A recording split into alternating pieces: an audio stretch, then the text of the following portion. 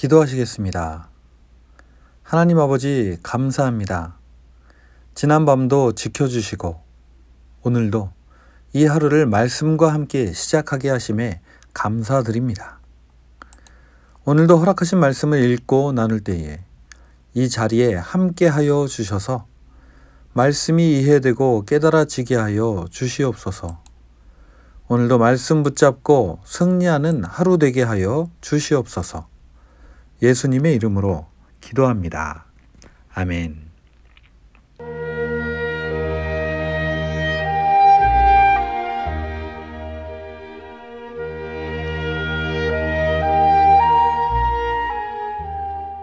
제40장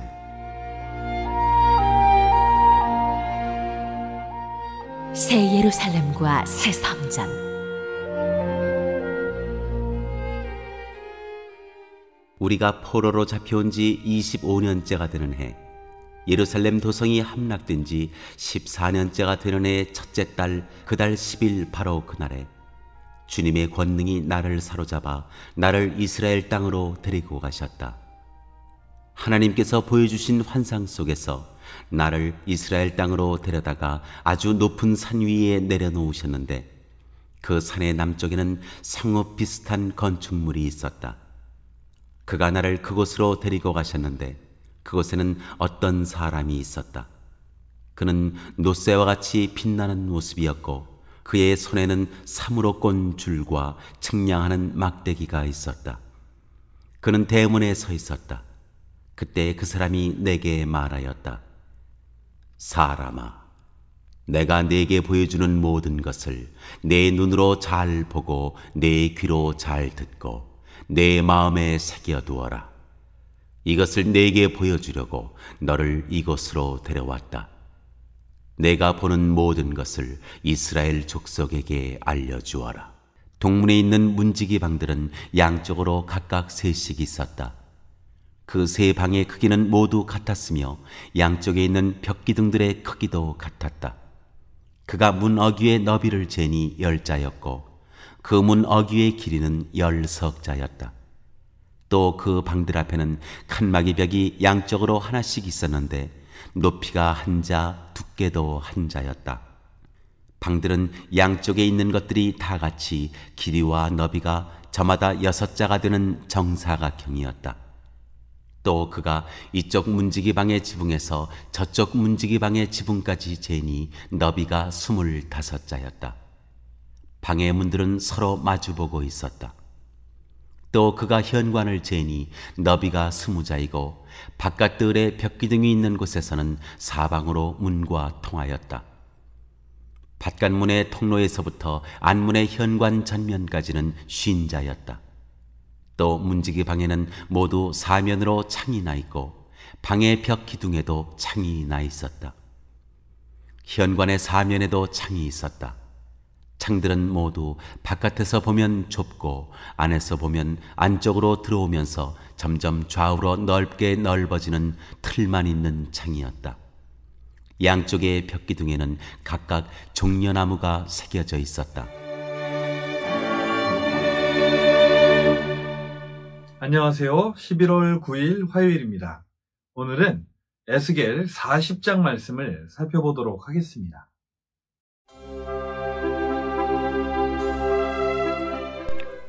우리는 지난 시간 33장부터 39장까지 기록되어 있는 예루살렘이 함락되던 날을 전후하여 에스겔에게 주시는 말씀을 살펴보았습니다. 예루살렘이 함락되었다는 소식을 듣기 전 하나님은 에스겔을 불러 파수꾼으로 세우셨습니다. 그리고 위험을 알리라고 하시면서 파수꾼의 사명을 분명히 하셨습니다. 그리고 나서 하나님은 이스라엘이 멸망하게 된 이유가 바로 이스라엘의 잘못된 목자들 때문이라고 고발하시는 말씀을 듣습니다. 이어서 하나님은 이스라엘이 멸망당한 것을 조롱하는 이웃나라 에돔에게 심판을 경고하시면서 에돔은 멸망할 것이지만 이스라엘의 산들은 다시 회복될 것이라고 예언하십니다. 그리고 마른 뼈가 살아나는 환상과 함께 남북 왕국이 통일될 것을 말씀하십니다. 그리고 그들이 돌아와 평안히 살던 어느 날 곡이라는 자가 사탄에게 미혹되어 하나님의 백성들을 대적할 것이지만 하나님은 불을 내려 그들을 심판하시고 이 땅에서 하나님의 살아계심을 나타내시며 그들의 적들을 완전히 소탕할 것임을 말씀하셨습니다. 이 내용을 정리해 보자면 하나님은 먼저 반드시 경고할 것을 말씀하시며 문제점을 지적해 주십니다. 그리고 회복을 예언하시면서 대적자들의 최후가 어떻게 될지를 보여주셨습니다. 하나님은 에스겔 33장부터 39장에 걸쳐 이와 같이 이스라엘 백성들의 완전한 회복을 예언하셨습니다. 이것이 바로 이스라엘의 회복을 위한 첫 번째 큰 그림을 알려주신 것입니다. 오늘부터 우리가 살펴보게 될 에스겔 40장부터 48장까지는 이스라엘 회복에 대한 두 번째 커다란 그림이 있습니다. 먼저 1절 말씀을 함께 보시겠습니다. 우리가 포로로 잡혀온 지 25년째 되는 해, 예루살렘 도성이 함락된 지 14년째가 되는 해의 첫째 달, 그달 10일, 바로 그날에 주님의 권능이 나를 사로잡아 나를 이스라엘 땅으로 데리고 가셨다. 에스겔은 바빌로니아의 느부갓네살이 2차로 포로들을 잡아갈 때에 잡혀갔었습니다. 그때가 주전 597년이고 1절에서 말한 것처럼 포로로 잡혀온 지 25년이 지났으니까 주전 572년입니다. 그리고 예루살렘 도성이 함락된 것이 주전 586년인데 그로부터 14년이 지났으니까 역시 주전 572년을 말하는 것입니다. 그해 첫 달 10일에 주님이 다시 에스겔에게 나타나신 것입니다. 주님은 에스겔을 잡아 이스라엘 땅으로 데리고 가십니다. 포로로 잡혀온 지 25년이 지났고 도성이 함락된 지 14년이 흘렀습니다. 이 오랜 시간 그들은 과연 어떻게 변해 있었을까요? 다니엘은 느부갓네살을 보좌하며 궁에서 하나님의 역사하심을 나타내고 있었고 에스겔은 그에게 주신 하나님의 예언의 말씀을 전하며 살았을 것입니다. 하지만 아무리 하나님의 역사하심을 보여주시며 또한 그 예언의 말씀이 나왔다 한들 그곳에 잡혀가 있는 그 사람들은 포로에 불과했습니다. 그리고 그들이 그렇게 믿었던 성전이 함락된 지 벌써 14년. 그들은 아마도 이미 포로 생활에 젖어가고 있었을 것입니다.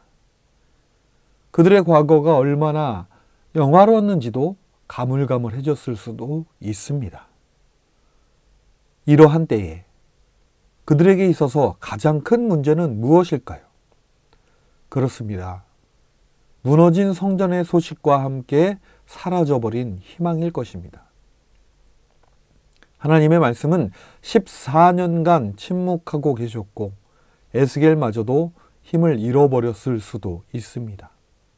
그런데 바로 그때 하나님이 나타나셨습니다. 그리고 에스겔을 이스라엘 땅으로 데리고 가신 것입니다. 그렇습니다. 하나님께서 다시 일하시기 위해 일어나신 것입니다. 하나님은 에스겔을 높은 산 위에 내려놓으셨습니다. 에스겔은 거기서 그 산의 남쪽에 성읍 비슷한 건축물을 보았습니다. 하나님은 에스겔을 거기로 데리고 가셨는데 그곳에는 노새와 같이 빛나는 어떤 사람이 사무로 꼰 줄과 측량하는 막대기를 들고 대문에 서 있었습니다. 그는 에스겔에게 이렇게 말합니다. 4절입니다. 그때 그 사람이 내게 말하였다. 사람아, 내가 내게 보여주는 모든 것을 내 눈으로 잘 보고 내 귀로 잘 듣고 내 마음에 새겨 두어라. 이것을 내게 보여주려고 너를 이곳으로 데려왔다. 내가 보는 모든 것을 이스라엘 족속에게 알려주어라. 그렇습니다. 하나님께서는 에스겔을 불러 무엇인가를 보여주시고자 하십니다. 그리고 에스겔의 사명은 자신이 본 것을 이스라엘 백성들에게 알려주는 것입니다. 먼저 에스겔이 본 그 사람은 장대를 가지고 성전 사방으로 둘러있는 담의 두께와 높이를 재는데 모두 한 장대였다고 합니다. 한 장대는 약 3.2m입니다. 중국의 만리장성의 폭이 1에서 2m 정도라고 하는데 중앙으로 가면 약 3에서 10m 되는 곳도 있었다고 합니다. 3m 정도가 되면 자동차 한 대가 너끈히 지나갈 수 있는 만큼의 넓이입니다.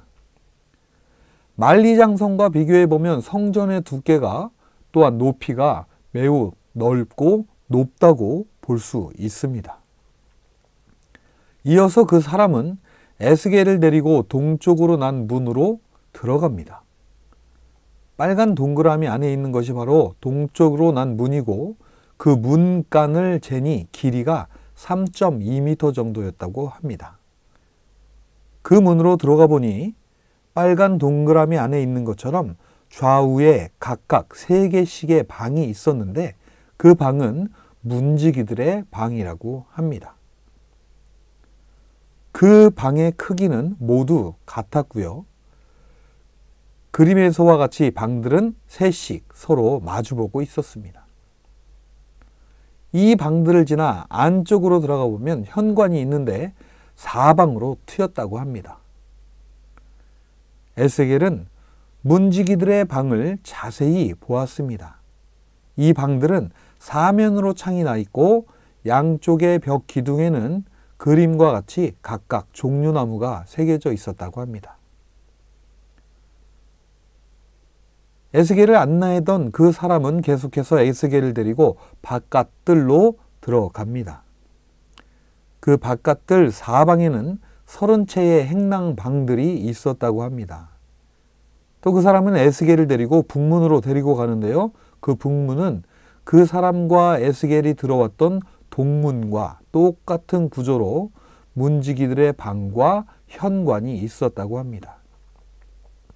또 그 사람은 에스겔을 남문으로 데리고 가는데 남문도 동문과 북문처럼 똑같은 구조였다고 합니다. 이제 그 사람은 에스겔을 데리고 성전으로 돌아가는 남쪽의 문을 지나 안뜰로 들어갑니다. 거기서 동쪽으로 난 안뜰로 들어가 중문을 재니 그 크기가 다른 문과 같았다고 합니다. 그리고 이어서 북쪽으로 갔는데 북문도 다른 문과 같았다고 합니다.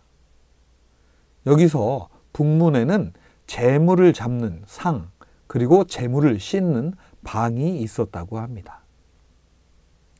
이어서 남쪽 아래에 있는 제사장의 방은 성전의 일을 맡은 제사장들의 방이고 북쪽을 향한 방은 제단 일을 맡은 제사장들의 방인데 이 방은 레위 자손 가운데서도 주께 가까이 나아가 섬기는 사독의 자손들의 방이라고 합니다. 그 사람이 안뜰을 재니 그 길이와 너비가 모두 100자인 정사각형이었다고 합니다. 오늘 우리는 에스겔과 그 백성들이 2차 포로로 잡혀온 지 25년, 그리고 예루살렘이 함락된 지 14년이 지난 그해 첫째 달 10일에 하나님께서 다시 나타나셔서 에스겔을 데리고 이스라엘 땅으로 가셔서 성전을 보여주시는 내용을 살펴보았습니다. 하나님은 왜 성전을 보여주셨을까요? 성경을 보면 이스라엘 백성들과 하나님께서 언약을 맺으신 후에 처음 하신 것이 성막을 지으라는 것이었습니다. 그리고 다윗과 솔로몬이 왕권을 확립한 이후에 한 것 역시 성전을 짓는 것이었습니다. 이것을 보면 하나님께서는 이스라엘 백성들과 교제함에 있어서 그리고 하나님의 나라를 다스리시는 데 있어서 성전을 매우 중요하게 여기고 계시다는 것을 알 수 있습니다. 그렇습니다.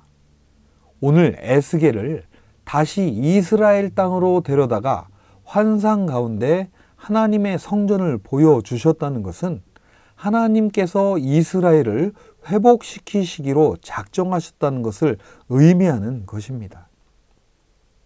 하나님께서 이스라엘 백성들과 함께 다시 하나님의 나라를 이루어 가시겠다고 선언하시는 것과도 같은 것입니다.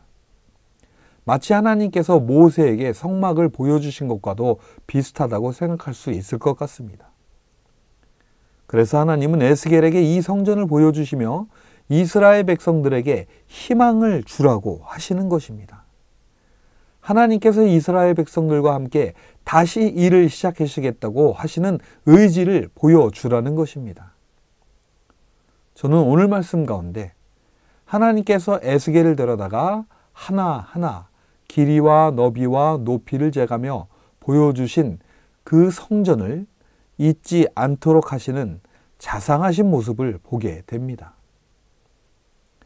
하나님은 하나님의 뜻을 함께 펼칠 이스라엘 백성들을 그리시며 에스겔에게 이 성전을 보여주고 계시는 것입니다.